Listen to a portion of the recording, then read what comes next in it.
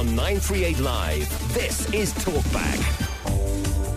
Now, most elderly Singaporeans seem to have a positive outlook about the prospect of growing old in Singapore, and that's according to an Institute of Policy Studies report released yesterday, which indicates that about 80% of the respondents feel that their needs will be taken care of as they get older.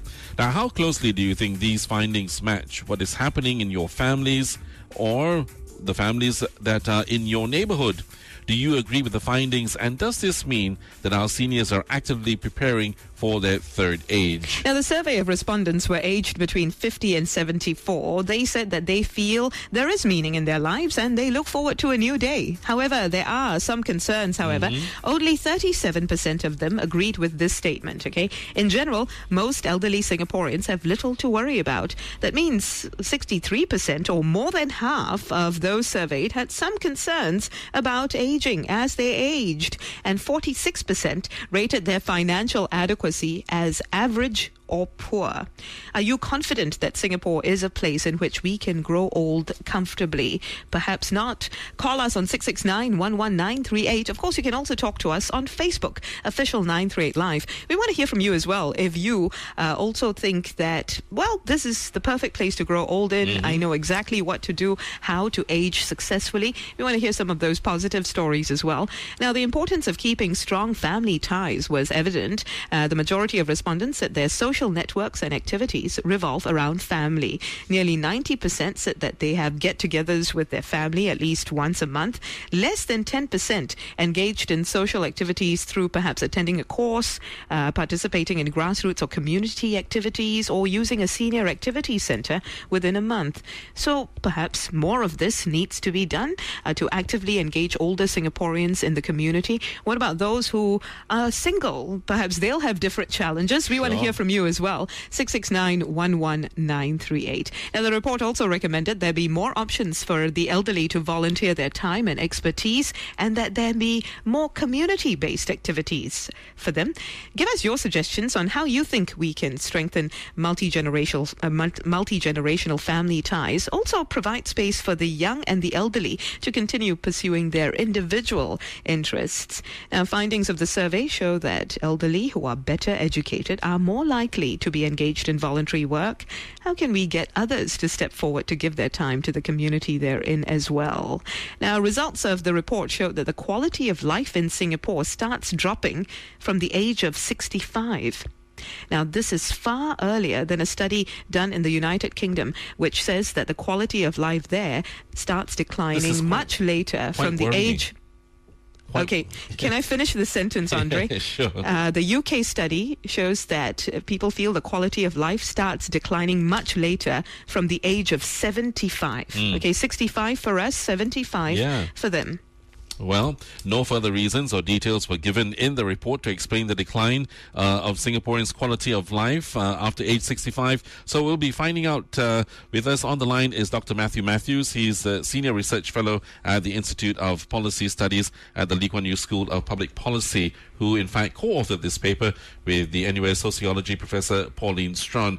Now, Dr. Matthews, were the findings of the survey generally to be expected of the seniors here in Singapore? No, I think in general most of it was things that we probably expect. But I mean, it was very clear that there was kind of an overwhelming feeling that people were actually, I mean, at least looking quite positively about the aging process and preparation about aging. So those things were quite nice. However, one of the findings is that people found that in general, most Singaporeans do have something to worry about, as they disagreed with that statement that in general, most elderly Singaporeans have little to worry about. So how did you come to the conclusion that they feel their needs will be taken care of as they get older, if they're saying that, there's stuff to worry about? Yeah. This is where the tension, I think, is often there. I mean, the way the question is phrased, people are confident that they say that they're confident that their needs will be taken care of. But then again, I mean, the fact is, just because I feel confident my needs are taken care of doesn't mean I don't worry. I don't have to worry. I mean, and you know, I think people here, I think in Singapore, feel that maybe by worrying and having a little bit more to be concerned about, you are more prepared. And you take extra precautions to make sure that things are better for you. But, you know, at the end, we know that things will work out somehow.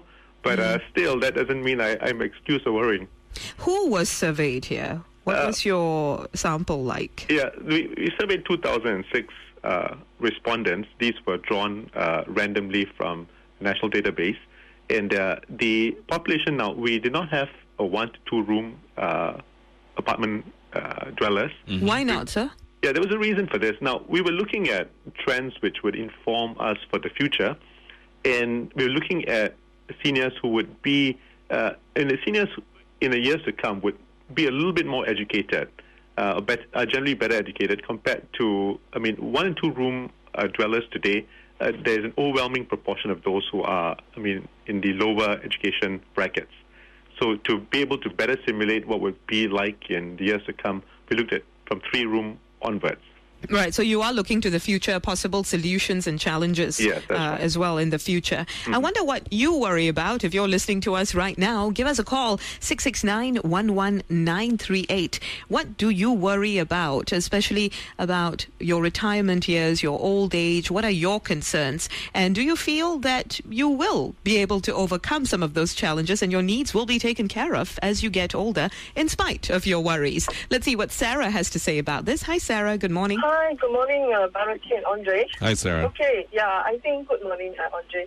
We can make all the preparations we want. Okay, men make plans and got through the dice. But in saying that, I must say, financially, we are prepared. And I believe most Singaporeans are, barring any unforeseen, etc., etc. And being concerned is good, being worrisome is bad. I think what the UK survey says about this thing about life quality drops after 65, I believe it's the health aspect. Okay, for me, I see, people have to take the lead. Like my husband's side, he's got 8 siblings, and the father has left them long ago. The mother, as in many of us, we are concerned about health, that will I one day be like that? Because the mom is disabled, she's not able to move. But I really commend them because they make an effort to make life quality good for her. What types of effort does she make? Right, she's very worried, she's very depressed. All folks are like that. We have to understand it's a change in the hormones, in their, it's a biological thing. They make, one of them actually rented a house with a room on the ground floor to put her there so that, this family can look after her. They chip in to get a helper, and they go there as much as possible, even every weekend. I'm guilty because we are so busy, but we try to do our part. So this family is not related to her at all? Sorry, again? Who is this family that looks after her? This family, yes. One of my brother-in-laws, one of my brothers-in-law, the family. Okay, but you don't bother? No, it's not that. I have 2 children. I have a 3-room. They have, this is the thing, you see. They have 3 girls, but they are in the best place because my sister-in-law, she doesn't work. They rented a semi-D with 4 rooms, 1 on the ground floor, and they look after her. So I want to say this. Quality of life is as good as you reach out to each other. And in Singapore, if we are worried about quality of life, financially, a lot of people, you have to ask yourself, what do you want? If you always want a car, if you always want to live like the Jonases, you're going to suffer. But let's be realistic, and I pray that in future our food costs also can be kept down and wastage. And also, if you talk about health, we have to take the first step. We have to learn about health, about good nutrition, about eating right. It makes a lot of difference. Now, Sarah, to what extent do you feel there is infrastructure available, there are services available to look after you as you age? Okay. Because not everyone has family members who might be able to look after them. I mean, like you said yourself, you have demands on your life that prevent you from being there as much as you would like to for your elderly family members. Good thing you've got other family members who can pitch in. What about for the people who maybe don't have that luxury? Okay. Plus, more and more people are staying single, so on and so forth. Yes, that's where I'm coming from. My younger sister-in-law from my husband's side, she is married but no children. She's the one who spends most time with my mother-in-law, right? And my own mother stays with one of my brothers. Yeah, but who is going to be there for the single person growing old? Bharati, growing old is about being there for each other as friends, as family, as religious organizational members, as and you are confident that there are enough structures within the community, yes? I never knew this, but when you go to the HDBs, they are very community, It's, even in the condos now, people are learning, children play together. And also, the government is actually doing a good job. There will always be room for improvement. But look at the polyclinics that they want to build below HDBs. I don't understand the objection. It's a great thing, And well, when you say there is room for improvement, give me an example of one thing. Give me an example, Sarah, of one thing that you think can be improved. Yes, I can. Public transport. Okay, I think we're getting there, but we're not there yet. Graciousness and appreciation for the elder, which the government is doing, but the general public and the young have to learn, and I believe they are. About almost 10 years back, Lee Kuan Yew, our dear Mr. Lee, he said, graciousness will take another generation. Okay, I hope it doesn't take too long. And thank you for your suggestions, Sarah. We'll follow up on those when we continue on Talkback. Stay with us. Now, according to an Institute of Policy Studies report which was released yesterday, most elderly Singaporeans seem to have a positive outlook on the prospect of growing old in Singapore. How do you feel? 80% of respondents said that they feel their needs will be taken care of as they get older, but they still worry. 63%, more than half of them who were surveyed, had some concerns as they aged. They talked about their financial adequacy as being average or poor. Only 30+% of respondents agreed with this statement. In general, most elderly Singaporeans have little to worry about. So apparently, based on this study anyway, many of you do worry, but you seem pretty confident your needs will be taken care of. Do you fall into this category or not? We want to hear from you. 669-11938 is our number. Sarah, who joined us earlier, talked about how there is room for improvement, for instance, in the realm of public transport. I'm sure that many elderly people would agree with that. You want more elderly-friendly public transport. You want better connections, because in your old age, certainly you don't want to be having to struggle with something like that. She also talked about how in her family there are family members who pitch in to look after the elderly, obviously. But this may not be so easy in the future. We're joined today by Dr. Matthew Matthews, Senior Research Fellow at the Institute of Policy Studies at the Lee Kuan Yew School of Public Policy. He is the co-author of this report. Now, Dr. Matthews, your study does indicate an expected increase in the number of singles and childless couples in years to come. So Sarah, in fact, earlier said that, she's got a childless sibling who is better able to take care of the elderly, but who's going to take care of this childless individual in the future? Of course, Sarah said, yes, you need networks, friends as well are very, very important. People in the community, very, very important. To what extent, though, do you see this still as a special area for attention for both the elderly and their caregivers who may not have caregivers in the future? I mean, I think it's an important area. We have to continue to look at that. The paper we suggest that somehow or another, among older people, there needs to be some kind of ecosystem, the attempt to try to galvanize support to be able to care for one another. At this point, it's very much dependent on the family to begin to give that kind of support. And as you just mentioned just now, there are going to be a number of demographic reasons why family may not be the main supporters in the future for at least a portion of older people. And in that case, then somehow or other, if seniors, and you'll have a good mix of those. You'll have seniors who would be very healthy and very able to, maybe those who are what we call sometimes younger old, and those who are very much in their later years who might be a little bit more fragile.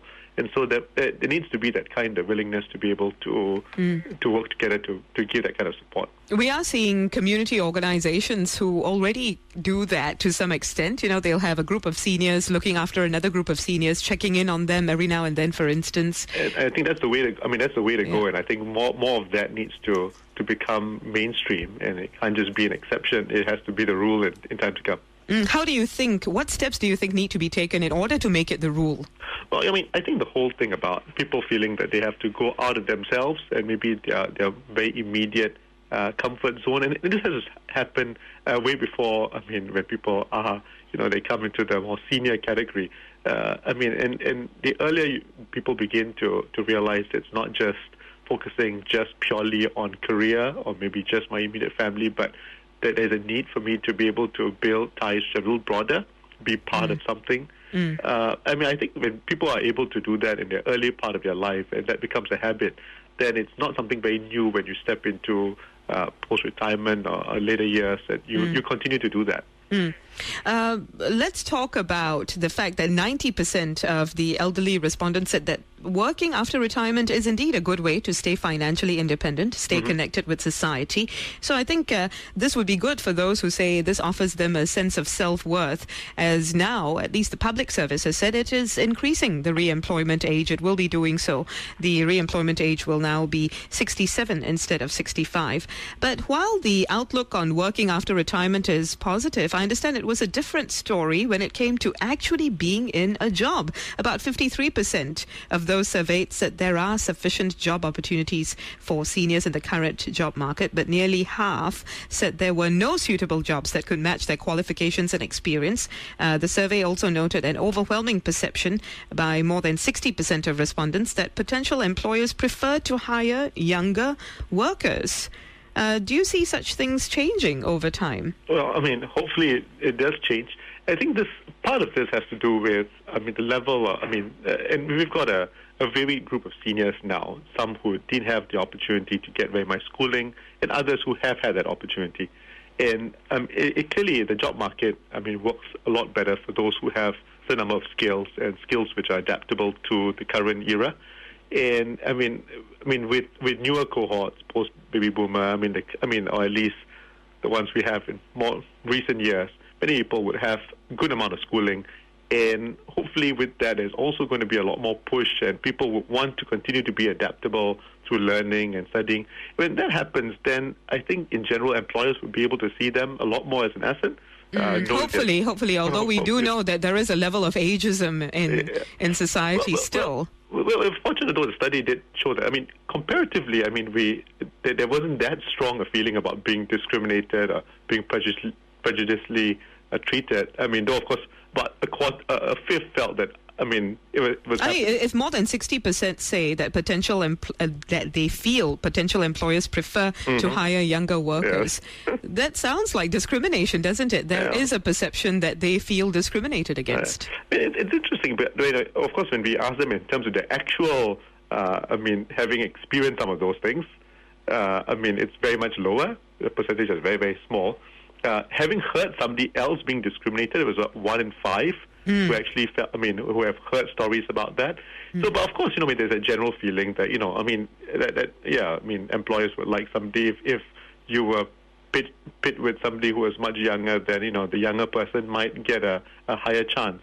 So there's always that feeling, though, people do know that really, when they seriously kind of think about it, not everybody also wants to go through the same kind of experience that a younger person would go through. For instance, the survey did show that quite a bit, maybe about half of seniors said that they prefer to be able to work at a much slower pace. And, so people do also try to be a bit, they do realize that they don't want to be in the same boat as somebody who is just starting their career. Right. Okay, Matthew, just hold on. We want to see who is on the line joining us. We got Mr. Yap. Hi. Oh, yes. Hi. Good morning, sir. Good morning. There has been a lot been talking, but I think there's no concrete action. Just imagine an elderly person staying alone, not even afford to hire a maid. What is the government going to do to help this type of people? What are your, we will address that in a moment. What are your personal worries, though, Mr. Yap? The personal worry is that elderly person staying alone. Okay, so that is your personal worry. Him. Of course, then what's happening now? He's not feeling well, he's sick, then how? What? Are you in that position right now, Mr. Yap? Somewhat.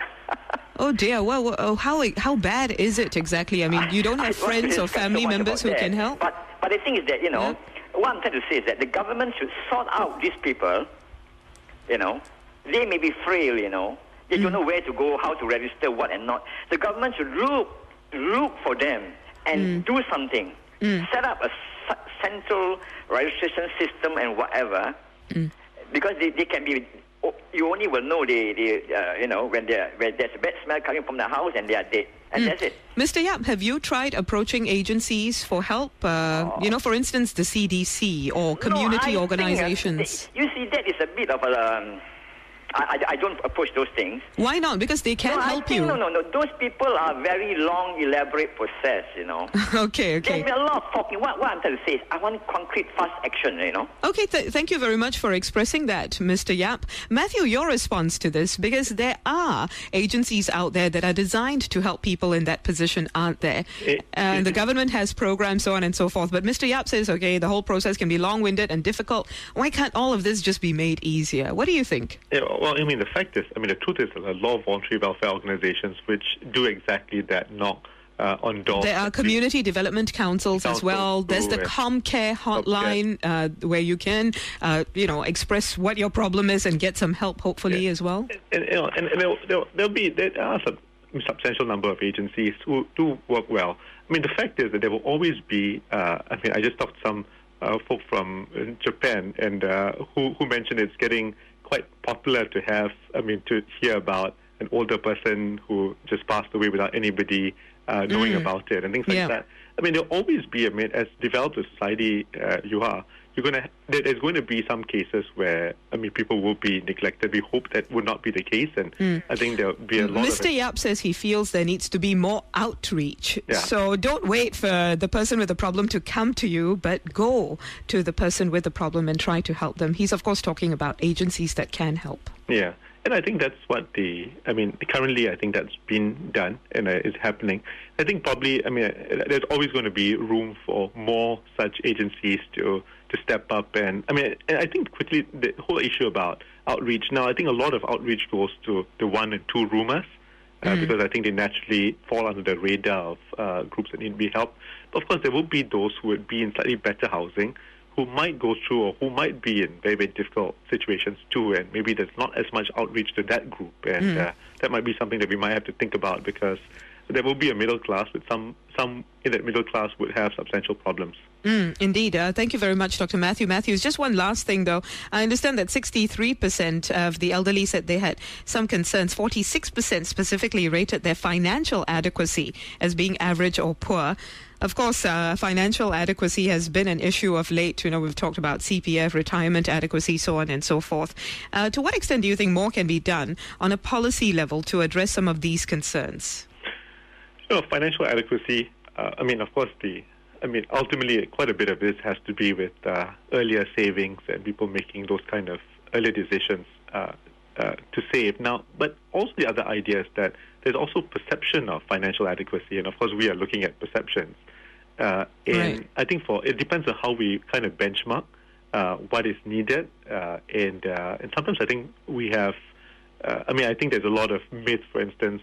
Idea being that if I get into hospital, it would just be so that the fees would just be incredible.